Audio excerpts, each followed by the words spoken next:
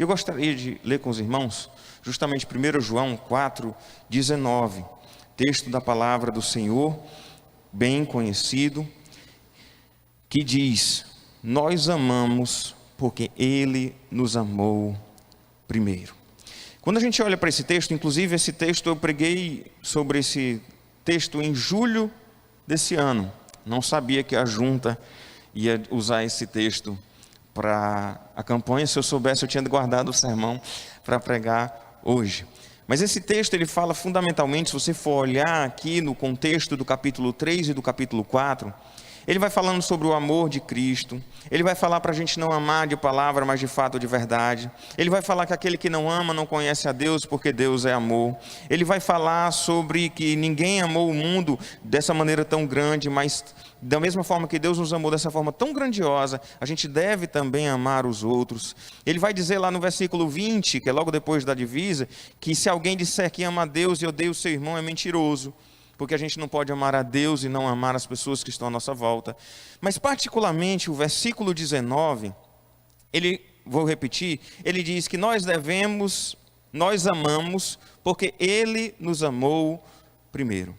E eu queria começar de trás para frente, falar que Ele nos amou primeiro.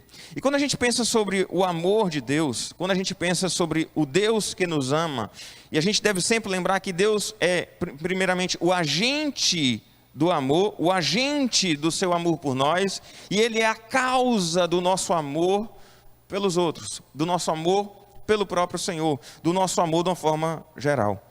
O Senhor, nosso Deus, de forma soberana, de forma grandiosa, Ele decidiu nos amar. E Ele amou a cada um de nós desde antes da fundação do mundo. E Ele vai então demonstrando esse amor tanto através da criação, quando Ele nos cria, homem e mulher, a imagem e semelhança de Deus, mas de forma muitíssimo especial, quando Ele manifesta a grandiosidade do seu amor em Cristo Jesus, que também é foco desse capítulo de 1 João, no capítulo 4. E no capítulo 3:16, quando ele diz então que Cristo deu a sua vida por nós. Então quando a gente olha para a grandiosidade do amor, a gente jamais deve imaginar que eu amo o Senhor porque Ele é bom, ou amo o Senhor por qualquer outra coisa. A gente tem que lembrar que Deus, Ele nos criou em amor e Ele nos resgatou em amor. Ele nos criou como imagem e semelhança de Deus, e Deus, que na sua essência, Deus é amor, Ele nos resgatou em amor. E esse Deus poderoso, Ele manifesta o seu amor por nós, especialmente enviando o seu único filho para morrer naquela cruz. E a grande questão, ele diz lá no versículo 9, é que não que nós tenhamos amado a Deus, mas que Ele nos amou e enviou o seu filho como propiciação pelos nossos pecados. Todas as vezes que a gente pensar sobre obra missionária, todas as vezes que a gente pensar sobre o amor, todas as vezes que a gente pensar nessas questões, a gente deve sempre lembrar que nós amamos porque Deus nos amou primeiro.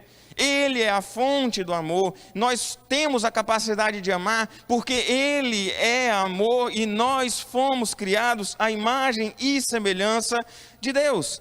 É uma expressão que aponta ali para a grandiosidade do sacrifício de Cristo na cruz por nós. E a gente olha para um texto como aquele de João 3,16, que diz que Deus amou o mundo de tal maneira que deu o seu único filho para que todo aquele que nele crê não pereça, mas tenha a vida eterna. E a gente vê ali a grandiosidade do amor de Deus. A gente vive numa sociedade muito imediatista, a gente vive numa sociedade muito materialista, e a gente vive numa sociedade muito egoísta, em que muitas vezes a gente fica talvez tentando mensurar o amor de Deus a partir do que Ele faz por nós hoje. E aí talvez fique tentando barganhar por Deus e dizendo assim, mas eu sou uma pessoa tão boa, eu sou um crente tão bom, eu sou um servo tão temente a Deus, eu busco viver na palavra, eu busco fazer as coisas tão certinho, então por que Deus não me abençoa nessa questão que eu estou querendo? Sabe, eu quero ver se Deus me ama mesmo, mas se Ele vai fazer isso aqui por mim, se Ele vai abrir essa porta de emprego, ou se Ele vai restaurar essa questão, se Ele vai cuidar da minha saúde, se Ele vai cuidar da minha família. E a gente fica olhando para essas questões e talvez tentando ter a percepção do amor de Deus a partir de elementos terrenos e físicos que é a nossa realidade material onde a gente está inserido. Mas a gente precisa, quando a gente fala sobre o amor de Deus, Nós não devemos simplesmente olhar para as coisas que agora acontecem na nossa vida, mas precisamos olhar lá para trás. Precisamos olhar para a criação. Precisamos olhar para a restauração em Cristo Jesus, porque Ele nos resgatou em amor. Então, quando a gente olha para essa questão de Ele nos amar primeiro, isso mostra que o Deus nos ama, porque, como eu disse, Ele deliberadamente decidiu nos amar. Não porque você é um bom filho, não porque você é uma boa menina, não porque você é uma pessoa correta, ou seja lá o que for. Ele nos amou primeiro. E não tem absolutamente nada que a gente possa fazer para conquistar o amor do Senhor, porque é ato da graça de Deus derramada sobre as nossas vidas. É interessante que para os gregos o amor estava muito associado à ideia do sentimento, estava muito associado à ideia da estética. Para os judeus, para os hebreus, de uma forma geral, estava relacionado à ação. E quando a gente olha para o amor de Deus, a gente vê que nem é um amor sentimental, nem uma mera ação, é o ato de dar a si mesmo por nós. Lá em Romanos, no capítulo 5, no versículo 8, diz que Deus comprova o seu amor para conosco pelo fato de Cristo ter morrido em nosso benefício quando ainda estávamos em pecado. Jesus Cristo não morreu por você porque um dia Ele olhou e disse assim: eu vou morrer por você porque você é uma boa pessoa. Eu vou morrer por você porque eu estou vendo aqui como a forma você age. A palavra de Deus nos mostra que Ele nos amou primeiro. Quando nós ainda éramos pecadores, por mais merecedor que você pudesse achar hoje, você não é o merecedor da graça do Senhor. É graça de Deus derramada sobre as nossas vidas. Ele nos amou primeiro. Então, quando a gente olha para todas essas questões, a gente não tem que nunca pensar ou mensurar sobre o amor de Deus com base naquilo que a gente é ou naquilo que a gente faz. Foi Ele quem te amou primeiro. E aí, seguindo, então, pensando sobre isso, a gente começa, então, a pensar sobre a questão de que nós, então, e aí vem a questão do texto da nossa parte. Essa é a raiz de por que nós amamos. Nós amamos porque Ele nos amou primeiro. Então, quando a gente fala sobre nós amamos, é interessante que as versões, em regra, elas traduzem como nós amamos. Mas, na verdade, o sentido original do texto, ele pode traduzir tanto isso como que nós amemos. Ele dá uma ideia tanto de que nós temos a capacidade de amar porque Deus nos amou primeiro, como no original, no grego, também pode trazer uma ideia de que nós amemos porque Ele nos amou primeiro. De toda forma, se eu tenho a capacidade de amar é porque Deus me amou primeiro. E que isso possa me motivar, porque Ele me deu a capacidade de a gente poder exercitar e exercer esse amor de Deus por nós, manifestando esse amor para as pessoas que estão ao nosso redor. Quando a gente olha para a palavra do Senhor, e falando lá no contexto da criação, que nós fomos criados à imagem e semelhança de Deus. Mas a gente lembra que essa imagem ela foi corrompida. Essa imagem ela foi deturpada a partir do momento em que o homem pecou. A partir do momento em que a gente foi distanciando-se do Senhor, pecando do Senhor, ficou totalmente distante de Deus. Então essa imagem foi alterada. E a gente não pôde então continuar sendo uma imagem adequada do Senhor aqui na terra. Como a gente gosta sempre de explicar, é como se fosse o seguinte: Deus, Ele não quer, e é por isso que Ele diz na sua palavra, que nós façamos o homem, que nós façamos uma imagem aqui na terra das coisas lá do céu. Está lá nos 10 mandamentos. Nós não devemos fazer imagem de escultura que represente Deus aqui na terra.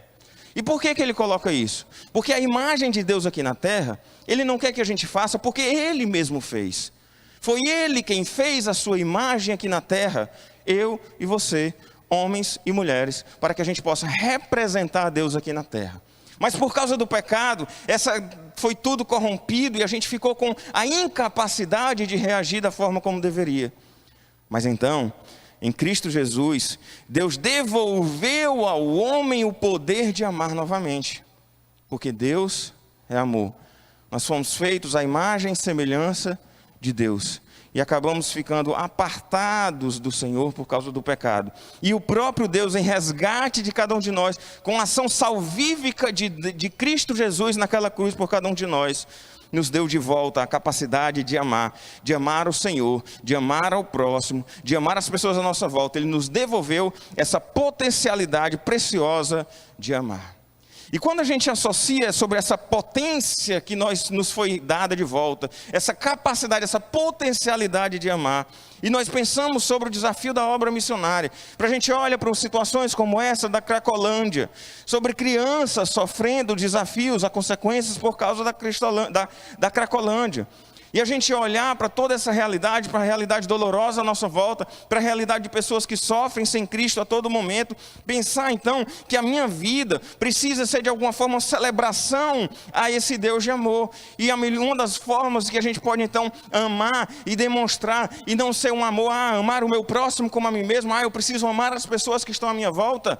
Uma das formas mais importantes da gente fazer isso é anunciando o Evangelho àqueles que não a conhecem. Existem muitas formas da gente demonstrar o amor do Senhor por aqueles que estão à nossa volta. Muitas. A gente pode fazer isso com os nossos irmãos em Cristo, apoiando numa hora de angústia, orando na hora da aflição. A gente pode fazer isso com o corpo de Cristo, de uma forma geral, dando o suporte necessário. A gente pode fazer isso ajudando fisicamente alguém numa hora de uma necessidade, inclusive o próprio Senhor Jesus Cristo. Quando ele foi falar sobre o quem é que ama o seu próximo, ele nos deu o exemplo da parábola de qual? Do bom samaritano. Foi justamente quem amou o seu próximo, foi aquele que foi lá e ajudou aquele, ou seja, um amor em atitude. E aí quando a gente pensa, e aí sim sobre o mundo onde a gente vive, quando a gente pensa sobre as pessoas que estão perdidas lá fora, sobre todos aqueles que estão à nossa volta, uma das melhores maneiras da gente demonstrar que de fato nós fomos alcançados pelo amor do Senhor e que nós amaremos aqueles que estão à nossa volta, é fundamentalmente anunciando o Evangelho àqueles que não conhecem. Porque essa é a grande boa nova, essa é a melhor coisa que a gente pode fazer para alguém, é compartilhar com ela do amor de Deus. Muito melhor do que dar uma força no momento de dificuldade, muito melhor do que falar sobre qualquer coisa terrena, sobre dar qualquer tipo de suporte. A melhor ajuda que a gente pode dar para alguém é compartilhar com ela da boa nova de Cristo Jesus, é anunciar que Ele nos amou e entregou o seu Filho por nós naquela cruz, e saber então que em Cristo Jesus nós somos livres do pecado, nós estamos então com a capacidade de amar e que nós temos a certeza, a alegria de saber que nós vamos viver por toda a eternidade com Cristo lá na glória. Então não existe, a igreja ela pode se envolver com muitas coisas, pode desenvolver projetos sociais, pode fazer milhares de coisas, mas a grande diferença que nós podemos causar na humanidade é proclamar o Evangelho aos perdidos, tornar-se assim uma celebração ao amor de Deus. E justamente como fruto dessa capacidade que Deus nos deu de amar, é olhar para aqueles que não conhecem dizendo, olha, ele deve ser alvo do meu amor, ele é alvo do amor do Senhor. Quando o próprio apóstolo Pedro estava ali com o Senhor Jesus Cristo, depois ali de ter já ressuscitado o Senhor, e ele perguntou 3 vezes para Pedro, Pedro, você me ama? E quando Pedro dizia que amava, como é que ele dizia? Apacenta as minhas ovelhas. Pedro, você me ama? Apacenta as minhas ovelhas. Então a ideia ali muito forte é que Pedro, se você de fato me ama, cuide das minhas ovelhas. Então ele deu aquela mensagem para Pedro. O próprio apóstolo Paulo, lá em 2 Coríntios capítulo 5, vai dizer que o amor de Cristo o constrangia a amar o ministério da pregação do Evangelho.